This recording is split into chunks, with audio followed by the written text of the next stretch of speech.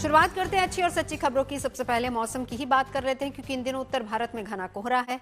शीतलहर की गिरफ्त में है उत्तर भारत और आलम यह है कि कोहरे की वजह से लोगों का घरों से बाहर निकलना मुश्किल हो रहा है। पहाड़ी राज्यों में भले ही अभी ज्यादा बर्फबारी देखने को नहीं मिल रही, लेकिन हाड़ कपा देने वाली सूखी ठंड से लोगों का हाल बेहाल है। मैदानी राज्यों में हर गुजरते दिन के साथ पारा गिरता जा रहा है, जिससे लोगों को ठिठुरन का एहसास हो रहा है। मौसम विभाग का अनुमान है कि अगले कुछ दिन लोगों को इसी तरह से कोहरे और शीतलहर का सामना करना पड़ेगा। सुबह से ही आज कोहरा बहुत ज्यादा है, बहुत ही ज्यादा है। कोहरा भी बहुत ज्यादा हो रहा है, आग के सहारे हम बैठे हुए सब लोग।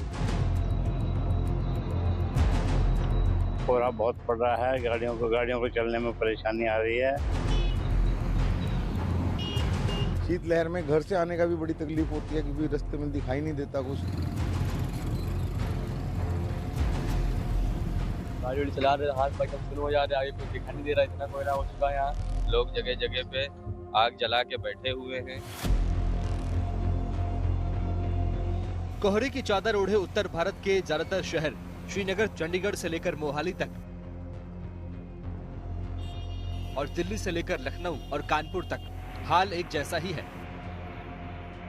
सुबह और रात में कोहरा इतना घना हो रहा है कि लोगों का सड़कों पर चलना मुश्किल हो गया है। यानी विजिबिलिटी बहुत कम होने से गाड़ियों की रफ्तार कम हो गई है और हेडलाइट्स भी ऑन करनी पड़ी हैं ताकि सड़क हादसों से बचा जा सके। ये तस्वीर यूपी की राजधानी लखनऊ से आई है, जहां सुबह सवेरे लोगों को घने कोहरे का सामना करना पड़ा। यहां तक कि शहर की तमाम ऐतिहासिक और रिहायशी इमारतें भी कोहरे में लिपटी नजर आईं। उत्तर प्रदेश में पछुआ हवा चलने की वजह से चारों तरफ ठंडक बढ़ गई है और ऐसे में कई जगह तापमान काफी ज्यादा गिरावट हो गई है। राजधानी लखनऊ की अगर हम बात करें तो इस समय तापमान में काफी गिरावट है। अगर आप देखेंगे तो चारों तरफ फॉग है इस समय और सुबह होने के बावजूद भी अभी तक धूप नहीं निकली है। यानी कि ये तो साफ है कि जिस तरीके से लोग दिनों में भी अपनी लाइट्स जलाकर रख रहे हैं, बाहर ऑफिस के लिए निकल रहे हैं, जिस तरीके से ये पछुआ हवा चली है यानी कि वेस्टर्न चली है, उस तरीके से लेकर काफ़ी सेल्सियस का गिरावट दर्ज किया गया है। लखनऊ सहित 19 जिलों में घने से अत्यधिक कोहरे की स्थिति बनी हुई है, जिसको देखते हुए मौसम विभाग ने अलर्ट जारी किया है। कोहरे और शीतलहर की वजह से लखनऊ जैसे ही हालात पश्चिम यूपी के भी ज्यादा शहरों के हैं। मुजफ्फरनगर और सहारनपुर से आई तस्वीरों को देखकर हालात का अंदाजा लगाया जा सकता है। बताया जा रहा है कि पछुआ हवाओं की रफ्तार बढ़ने से प्रदेश में गलन भरी ठंड पड़ने लगी है। आईएमडी ने अगले 2 दिन तक घने कोहरे को लेकर पूर्वी और पश्चिमी हिस्से के कई जिलों में अलर्ट जारी किया है, जिसे देखते हुए लोगों से सावधानी बरतने की अपील की गई है। ठंड बहुत जोर से है और कोहरा भी बहुत ज्यादा हो रहा है, आग के सहारे हम बैठे हुए सब लोग। कोहरा देखो आपके सामने है, बहुत खतरनाक कोहरा है। मतलब आने जाने वालों को बहुत परेशानियां हो रही है। मतलब एक्सीडेंट का इतना खतरा हो चुका है कि आज बहुत ही बच बच के चलना पड़ रहा है। यूपी की तरह दूसरे मैदानी राज्यों चंडीगढ़ और पंजाब में भी कोहरे और शीतलहर का काफी असर देखने को मिल रहा है।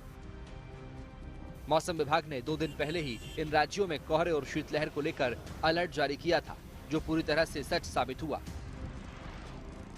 मौसम विभाग का अनुमान है कि 17 से 20 दिसंबर के बीच उत्तर भारत में न्यूनतम तापमान सामान्य से नीचे रह सकता है। दिन में धूप निकलने से हल्की राहत मिलेगी, लेकिन रात की ठंड और बढ़ेगी। आप देख सकते हैं तस्वीरों में कि किस तरह एक थिक ब्लैंकेट ऑफ फॉग है और जो व्हीकल उस तरफ से आ रहे हैं मोहाली की तरफ से और चंडीगढ़ को जा रहे हैं, मोहाली चंडीगढ़ बॉर्डर के ऊपर खड़े हैं और किस तरह ब्लिंकर लाइट्स ऑन करके आ रहे हैं। विजिबिलिटी काफ़ी पुअर है और नॉर्मली हमने देखा है चंडीगढ़ में क्लियर स्काई था कल तक और फॉग नहीं थी। हरियाणा में फॉग थी, पंजाब के कुछ और रीजन में थी, लेकिन चंडीगढ़ में इस वक्त मौसम जो है लगभग 17-18 डिग्री टेम्परेचर है, लेकिन विजिबिलिटी पूरी गिर गई है। इस रीजन में, नॉर्दर्न रीजन में धुंध काफ़ी पड़ती है। और आज सुबह का यही हालात है कि यहाँ पर फॉग इतनी ज़्यादा है कि लोगों को डेली मोबिलिटी में भी मुश्किल आ रही है। ट्रैफिक जो है वो स्लो मूविंग है, लाइट्स जो है वो जलाकर हर गाड़ी जो है चल रही है, ब्लिंकर लाइट जला के चल रही है। अब ये मौसम है आगे 15-20 जनवरी तक ऐसे ही रहने का अनुमान है, क्योंकि ठंड बहुत इस रीजन में पड़ती है और धुंध के कारण मोबिलिटी जो है वो कम हो रही है। बात अगर उत्तर भारत के पहाड़ी राज्यों की करें तो वहां दिसंबर के इस तीसरे हफ्ते में भी भले ही उम्मीद के मुताबिक बर्फबारी देखने को नहीं मिली है, लेकिन सूखी ठंड के चलते जनजीवन खासा प्रभावित हुआ है। हालत यह है कि कई इलाकों में पारा लगातार 0 से नीचे बना हुआ है, जिसके चलते लोग हाड़ कंपा देने वाली ठंड का सामना करने को मजबूर हैं। श्रीनगर से लेकर लाहौल स्पीति तक हालात कमोबेश एक जैसे ही नजर आ रहे हैं। जगह जगह जमे हुए नदी नाले, झरने और अलाव की मदद से ठंड का सामना करते लोग। मैं इस समय लाहौल स्पीति के कोकसर में हूँ। आप मेरे पीछे देख सकते हैं, ये पानी का झरना है। कुछ दिन पहले तक यहाँ पे पानी जो बह रहा था, लेकिन अब ये मोटी बर्फ में तब्दील हो चुका है, क्योंकि यहाँ का जो तापमान है वो -15 से 20 डिग्री तक चला गया है। इतनी ज्यादा ठंड में बहता हुआ पानी भी नहीं बच पाया। और तस्वीरों में आप देख सकते हैं कि किस तरह से ये जमकर बिल्कुल कांच की तरह जो सतह है इसकी वो अब हो चुकी है। हालांकि घाटी के सिर्फ इसी झरने की बात नहीं करूंगा, क्योंकि घाटी के जो तमाम जो ऊपरी इलाके हैं वहां पर बहने वाले झरने, नदी नाले और यहाँ तक की पानी की जो पाइपें हैं वो अब पूरी तरह जम चुकी है।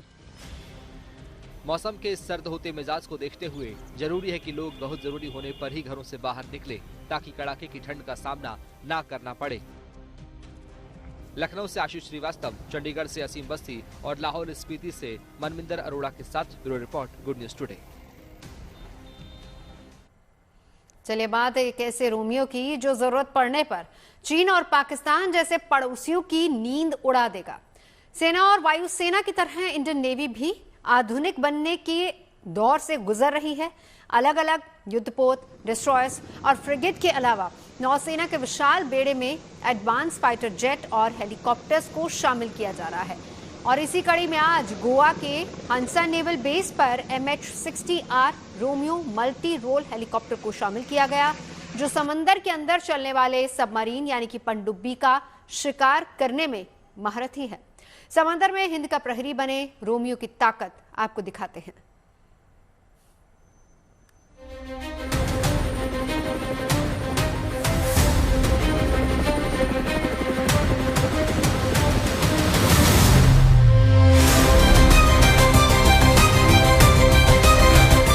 भारतीय नौसेना के नए योद्धाओं का स्वागत भारत के दुश्मनों पर भारी पड़ने वाला है, जो थल, जल या नभ के जरिए साजिश रचने में जुटे हैं। इसकी मात्र उड़ान भर से उन्हें युद्ध के मैदान में दहशत होगी।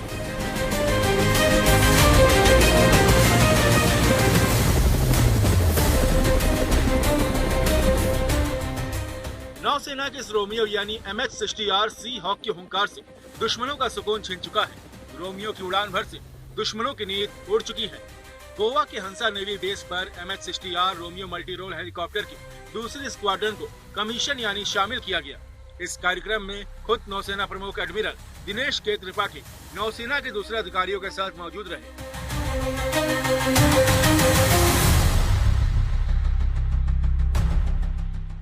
रोमियो के भारतीय नौसेना में शामिल होने के बाद भारत उन महाशक्तियों में शामिल हो गया जिनके पास सबमरीन यानी पनडुब्बी को हेलीकॉप्टर के जरिए पानी के अंदर ही तबाह करने की अद्भुत क्षमता है।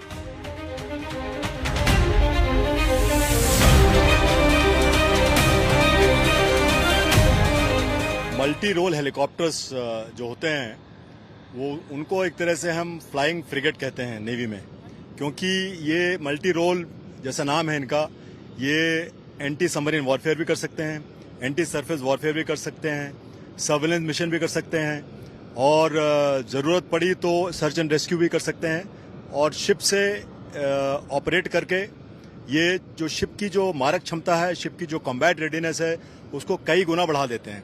तो हमारे लिए बहुत खुशी की बात है कि हमने ये 24 MH-60R रोमियोज इंडक्ट जो कॉन्ट्रैक्ट हमने साइन किया था, उसके हिसाब से हमारी जो इंडक्शन प्रोसेस है वो ऑन है। भारतीय नौसेना का ये हेलीकॉप्टर पनडुब्बी रोधी अभियानों के अलावा एंटी सरफेस युद्ध, निगरानी और बचाव जैसे कई कामों में सक्षम है, जिसकी वजह से भारत की नौसेना की शक्तियों में कई गुना इजाफा हो गया है। यानी इसकी मौजूदगी भर से ही किसी दुश्मन के खिलाफ फतह की गारंटी है। हाल के कुछ वर्षों में हिंद महासागर में नई चुनौतियां उभरी हैं। ऐसे वक्त रोमियो नौसेना का सबसे मजबूत लड़ाका साबित होगा। अलग अलग ऑपरेशन में इस्तेमाल होने की काबिलियत के पीछे इसकी ताकत है। दरअसल नए युग के इस हेलीकॉप्टर रोमियो को अमेरिकी कंपनी लॉकहीड मार्टिन ने बनाया है। गहरे समुद्र में दुश्मन पनडुब्बियों का पता लगाने के लिए एडवांस डिपिंग सोनार, सोनोबॉय लॉन्च सिस्टम और मल्टी मोड रडार लगा है। पानी के नीचे मौजूद पनडुब्बियों का इसके रडार से बच पाना मुश्किल है। इसकी वजह से दुश्मन के जहाजों पर अचूक निशाना लगाया जा सकता है। हवा में जंग के लिए इसमें रॉकेट और मिसाइल को बेहद आराम से इंस्टॉल किया जा सकता है। पानी के अंदर युद्ध में किसी भी दुश्मन को पछाड़ने के लिए hello fire missile, mark 54 torpedo, rocket और मशीन गन लगाने की भी सुविधा है। इस वक्त जब देश और दुनिया में युद्ध के हालात बने हुए हैं, भारतीय नौसेना हवाई मोर्चे पर अपनी मारक क्षमता को लगातार बढ़ा रही है। ऑपरेशन सिंदूर के दौरान भी भारतीय नौसेना ने पाकिस्तानी और नौसेना की हर गतिविधि पर नजर रखी थी। और अगर हवाई मोर्चे पर हम बात करें तो इस वक्त भारतीय नौसेना के बेड़े में दुनिया का सबसे आधुनिक और multi mission helicopter MS-60 Romeo की दूसरी स्क्वाड्रन शामिल हो रही है। यहाँ गोवा में हंसा नेवल बेस पर ये मल्टी मिशन हेलीकॉप्टर जो समुद्र के हर मोर्चे पर ऑपरेशन को अंजाम दे सकता है, चाहे आसमान में हो, गहरे समुद्र में हो। और ये हेलफायर मिसाइल से इसको लैस किया गया है। गहरे समुद्र में पनडुब्बी के खिलाफ एंटी सबमरीन के तौर पर यह काम कर सकता है। तो इस तरह से ये मल्टी मिशन हेलीकॉप्टर है जो समुद्र की सतह से लेकर ऊपर और हवाई मोर्चे पर किसी भी खोजी अभियान से लेकर दुश्मन के खिलाफ किसी भी ऑपरेशन को अंजाम दे सकता है। रोमियो का संदेश साफ है कि वो एक हेलीकॉप्टर के तौर पर हर जगह की जंग के लिए मुफीद है। बिना वक्त गवाए बदनीयत दुश्मन पर हर लिहाज से भारी पड़ेगा। जरूरत पड़ने पर हैवी मशीन गन से ताबड़तोड़ गोलियां बरसा सकता है तो हेल फायर मिसाइल से दुश्मनों के परखच्चे उड़ाने में देर नहीं करेगा। एयरक्राफ्ट कैरियर INS विक्रमादित्य के अलावा INS विक्रांत के लिए भी नौसेना को MS-60R हेलीकॉप्टर की जरूरत है। अब हम आपको MS-60 रोमियो हेलीकॉप्टर की मारक क्षमता से के बारे में बताते हैं। आने वाले दिनों में ये हेलीकॉप्टर भारतीय नौसेना के जो बड़े युद्धपोत हैं INS विक्रमादित्य, INS विक्रांत और सभी तरह के युद्धपोत पर तैनात होगा। हेल फायर मिसाइल से लेकर टॉर्पीडो से लैस किया गया है और ये मल्टी मिशन हेलीकॉप्टर माना जाता है। इसकी अगर मारक क्षमता की आप बात करें, पनडुब्बी रोधी जो सोनोबॉय सिस्टम, सोनार सिस्टम से इसको लैस किया गया है। हेल फायर मिसाइल, इसके अलावा मल्टी मोड रडार और इलेक्ट्रॉनिक ऑप्टिकल कैमरों से इसको लैस किया गया है कि समुद्र की मोर्चे पर किसी भी दुश्मन के खिलाफ किसी भी ऑपरेशन को, चाहे उस गहरे समुद्र में पनडुब्बी के खिलाफ ऑपरेशन हो या कोई राहत और बचाव का काम हो, हर तरह के खराब से खराब मौसम में ये multi mission helicopter, multi role helicopter किसी भी ऑपरेशन को अंजाम दे सकता है। और अब भारतीय नौसेना के बेड़े में ये दूसरी स्क्वाड्रन है जो शामिल हो रही है। इससे पहले एक स्क्वाड्रन कोच्चि में शामिल की गई, यानी कि भारतीय समुद्री मोर्चे पर दोनों सरहद को देखें, पाकिस्तान से लगने वाली सरहद हो या चीन से लगने वाली सरहद, दोनों सरहद पर ऐसी 3 स्क्वाड्रन तैनात की जा रही हैं। 24 जो MS-60 रोमियो हेलीकॉप्टर हैं उसका सौदा अमेरिका के साथ हुआ था और वो हेलीकॉप्टर अब इस वक्त जब समुद्री मोर्चे पर भी चीन और पाकिस्तान के साथ दोनों मोर्चों पर चुनौतियां हैं, ये हेलीकॉप्टर भारतीय नौसेना की ताकत को बढ़ाने का काम करेगा। साफ है, रोमियो यानी MS-60R पारंपरिक या मॉडर्न वॉरफेयर में किसी तरह के खतरों से निपटने के लिए तैयार डिजाइन किया गया है। तकनीकी स्टाफ ने बताया कि इस हेलीकॉप्टर से गहरे या उथले समुद्र दोनों में दुश्मन पनडुब्बियों को न सिर्फ खोज निकालना आसान है बल्कि उनको तबाह करना भी चुटकी बजाने जैसा है। MS-60R हेलीकॉप्टर भारतीय नौसेना के लिए game changer multi mission helicopter है जो कि फ्रिगेट्स, डिस्ट्रॉयर और एयरक्राफ्ट कैरियर सहित कई प्लेटफॉर्म से संचालित करने की क्षमता रखता है और भारतीय नौसेना के ऑपरेशनल पहुंच को काफ़ी हद तक बढ़ाता है। अपने उन्नत सेंसर, एवियोनिक्स और हथियारों से ये भारतीय नौसेना को खतरों से आगे रखने में सक्षम बनाता है। इन हेलीकॉप्टर्स के आने से भारतीय नौसेना की एंटी सबमरीन और एंटी सरफेस क्षमताएं बढ़ी हैं और हिंद महासागर क्षेत्र में उसकी समुद्री उपस्थिति मजबूत हुई है। MS-60R इंडियन नेवी का सबसे एडवांस हेलीकॉप्टर है। ये एक ऑल वेदर एयरक्राफ्ट है जो डे और नाइट दोनों में ऑपरेशंस कर सकता है। इसकी स्टेबिलिटी, इसका लॉन्ग एंड्योरेंस और state of the art weapon and sensor जो इसमें लगे हुए हैं, इंडियन नेवी को किसी भी ऑपरेशनल कंडीशंस में सक्सेस दिलाने की क्षमता दिलाता है। इसकी वर्सेटैलिटी और इसका जो टेक्नोलॉजी जो इसके अंदर यूज़ की गई है वो इंडियन नेवी को टफेस्ट कंडीशंस में ऑपरेशनल ऑब्जेक्टिव्स अचीव करने में काफ़ी मदद करता है। यानी रोमियो ना तो रुकेगा और ना ही झुकेगा। जो 10,000 किलोग्राम से ज्यादा वजन के साथ उड़ान भरने में सक्षम है, इसके जरिए हथियार, मशीन और सैनिकों को एक जगह से दूसरी जगह ले जाया जा सकता है। करीब 64 फीट लंबा ये हेलीकॉप्टर एक बार में 830 किलोमीटर दूरी तय कर सकता है और 12,000 फीट की ऊंचाई पर उड़ सकता है। रफ्तार करीब 300 किलोमीटर प्रति घंटे की है।